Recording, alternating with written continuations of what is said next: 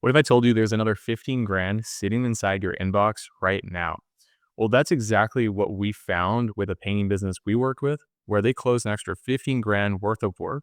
And in this video, I'm going to show you exactly how you can do the same without taking hours away of your life. So here's the truth. Most painting businesses forget about their old leads. They put them on the back burner and they're mostly just going forward and never looking back.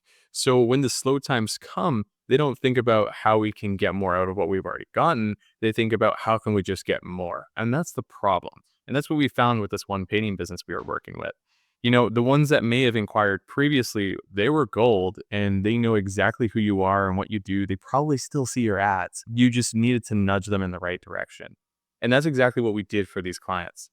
So in this, we generated them a campaign to reach out to their previous leads, where they had a list of about 150 leads sitting in there from the previous months we worked together. And we sent out these 2 emails, and these 2 emails brought in all those leads and quotes. So I'm going to walk through exactly how you can craft that exact email sequence here today.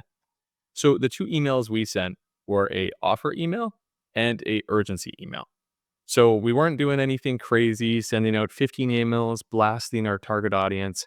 We were just sending out 2 super simplified emails that our customers that already knew us were getting. But before we did that, we created an offer. So an offer is just basically what you're giving to make someone engage with you.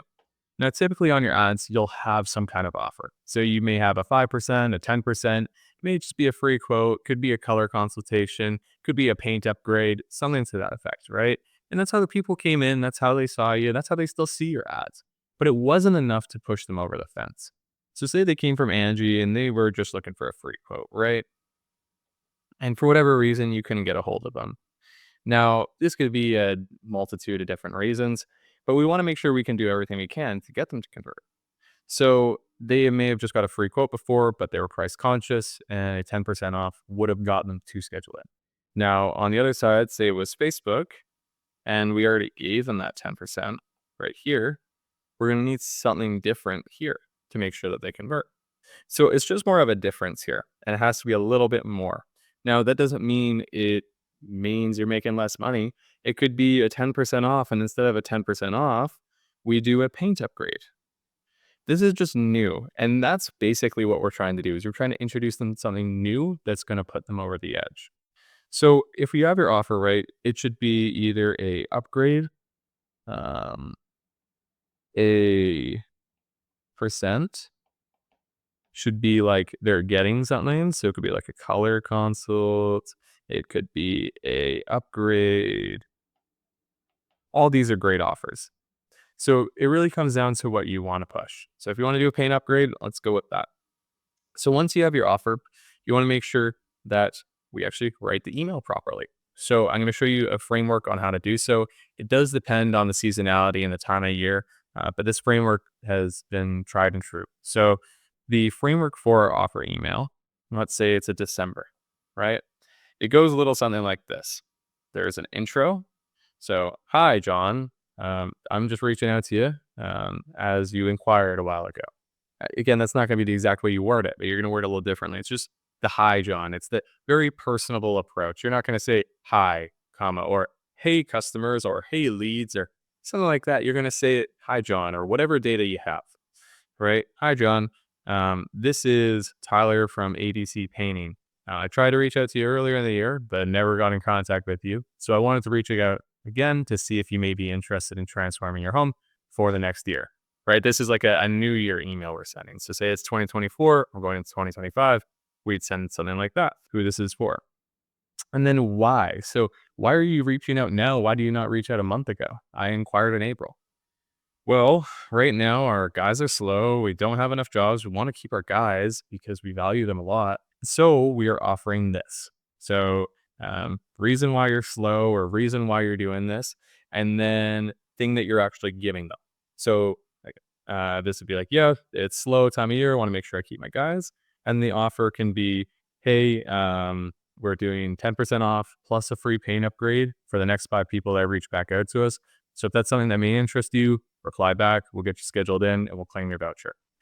So that's like the offer there and the scarcity. So we have a set amount. So it'd be like 5 vouchers, for example. And you actually hold to that. You don't BS, because as soon as you BS, that's where you lose all credibility and you won't even convert anything. So you have a cutoff date of December 21st, and they inquire on the 22nd, and you're like, yeah, that's still works for me. I don't think they're going to convert, and they probably won't because they don't trust you. You can't even hold up to your own offer. So stay with that offer. Okay. So if it's December 21st, don't take anything after that. And then a call to action. So yeah, if you're interested, give me a shout, reply back to this email. This could be a reply back or this can be a call. And this is going to look more like a personal email.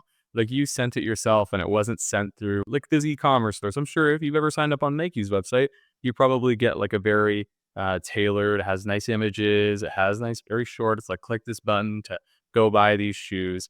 It's not going to be like that. It's going to be like, hi, this is Tyler. I wanted to reach out to you because of this, this, and this. And it looks like you're manually sending it. So when you're writing these emails, make sure it looks like you're manually sending it. So from there, we have all that personalization. It looks good. We would then send that out, and then 2 days later, we would send this urgency email.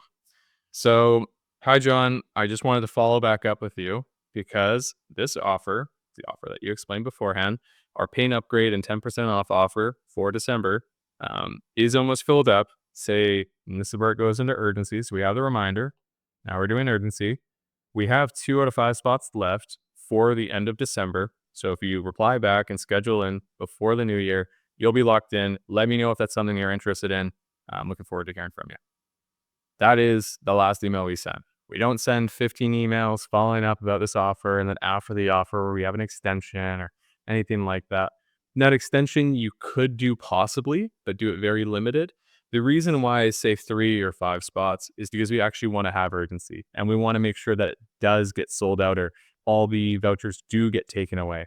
Because then the next time you do this, say you do this in December, and then in March or April, you do it for spring, but it's a little bit different. And then they know, okay, 100%, this guy's legit. I've been waiting and now I'm going to take action. So that's how the urgency email should look. And this is probably where you're going to get most of your replies. So say you only get 1 or 2 replies here. Like with the company that we worked with there, they had 150 leads and they got 2 replies out of this email.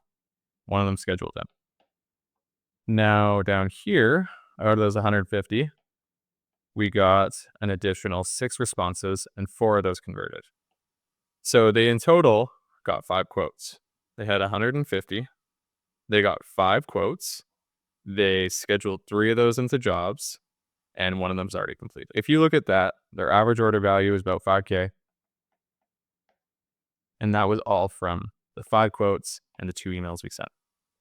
So if you're going to do anything and you don't have a lot of money to invest in your marketing right now, but you had previously, make sure to send out these 2 emails because it can bring you an extra 15 grand very quickly. Now, if you have, say, 300 leads, you can get 10 quotes and then you can get 6 jobs and then you can complete 2 jobs already or whatever that looks like, right? Like, so to set this up, it's fairly simple. First, you're going to want to get your lead list together. So figure out where your lists are. So if you've worked with, say, a lead aggregator, make sure you download all your leads. If you work with a Facebook advertiser, get all your leads and download them. Make sure you get all your leads in one place. I would then make sure to segment your leads. So if you have previous customers, I would probably send a different email than to clients that haven't purchased from you. So segment your list. Then once you segment your list, make sure you actually write your emails. So you do your writing of the emails and then just send them. It's really not that complicated. And this whole process could probably take you less than 3 or 4 hours, but those 3 or 4 hours could be 15K. Now you may be wondering, okay, how do I actually take action with this? You gave me 4 steps, but how do I do it? 1, you're going to go on Google. You're going to create a Google Sheet. You're going to put their first name, last name, email, phone number, any additional details you have. You're then going to filter it. That's the segmenting. Once you filtered it, you're going to, again, write your emails with the data you have. So if you have their first name, last name, email, phone number, that's more than enough. And you can write your emails with those little variables. Then once you've written those emails, you can use something like Hemingway to make sure your grammar is correct, as well as making sure that your email is below a 5th or 6th grade reading level. You don't want to make it super complex. You could also, like when doing this, just use ChatGPT to write the email for you. If you're really not good at writing things, 100% recommend it. Just make sure it sounds human. So put it through Hemingway, fix all those things, and you'll be fine. And then the fourth would be using a tool. So you can use something like MailChimp. One I like is SendGrid. They make it super simple. There's videos on those. You just upload those to there, the emails you want to send, click send, and watch your inbox flood. Now, if you want a team that will do that every 3 months for your business on autopilot, as well as generating the leads beforehand as well during the slow season, then feel free to reach out. There's a link below to schedule a call with our team. It's a quick video on how we operate from A to Z. Once you watch that, click the button, schedule a time with our team, and we'd be more than happy to help you. Now, this video helped you out. Feel free to leave a like on this video, and I'll see you in the next one.